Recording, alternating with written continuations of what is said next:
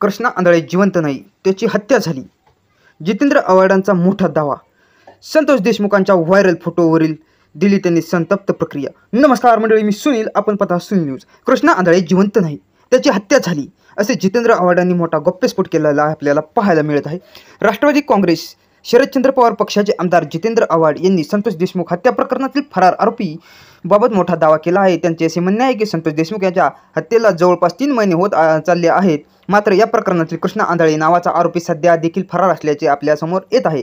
या प्रकरणातील कृष्णा आंधळे नावाचा आरोपी अद्यापही पोलिसांना सापडलेला नाही. कृष्णा आंधळे जिवंत नाही आणि त्याची हत्या झाली असा त्यांनी मोठा गप्पेस्फोट केल्याचे आपल्याला पाहायला मिळत आहे. त्यांनी संतोष देशमुख यांच्या व्हायरल फोटोवरचे भाष्य करताना संताप व्यक्त केला होता. ते फोटो बघून संतोष देशमुख त्यांच्या मुलाला काय वाटेल असेही ते माध्यमांशी बोलताना म्हणाले. बीड जिल्ह्यातील मस्साजोगचे सरपंच संतोष देशमुख यांच्या निर्घृण हत्येचा फोटो सोशल मीडियावर सध्या प्रचंड व्हायरल झालेला आहे आणि राज्यभरात त्याची संतापाची लाट देखील उसळल्याची आपल्याला पाहायला मिळत आहे.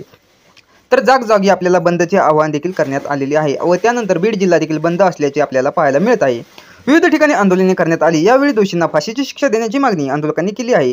या फोटोवर जितेंद्र आव्हाड यांनी संतप्त प्रक्रिया दिली आहे. नेमकं काय म्हणाले आहे जितेंद्र आव्हाड तर मंडळी चला पाहूया आपण या व्हिडिओमध्ये. जितेंद्र आव्हाड म्हणाले की तुझी माझी आधीची भाषणं काढून बघा. त्या भाषणामध्ये या सर्व फोटोचे वर्णन माझ्या भाषणामध्ये आहे. संतोष देशमुख जेव्हा अंतिम घटका मोजत होतो तेव्हा मारेकरांनी नालायक नराधम जल्लाद त्यांच्यावरती लघुशंका करत होते. तेव्हा लोकांनी आमच्या टिंगलटवाळी केली. माणसांच्या अंगात इतका क्रूरपणा इथे कुठून आला? आपल्याला सुद्धा एक बहीण आहे, एक भाऊ आहे, एक बाप आहे, मुले आहेत. आपण सर्व संसाराचा लपेटात असताना आपल्या प्रेमाचा जरा आहे कुठे, हृदय कुठे आहे असा सवालही आव्हाड यांनी केलेला आहे.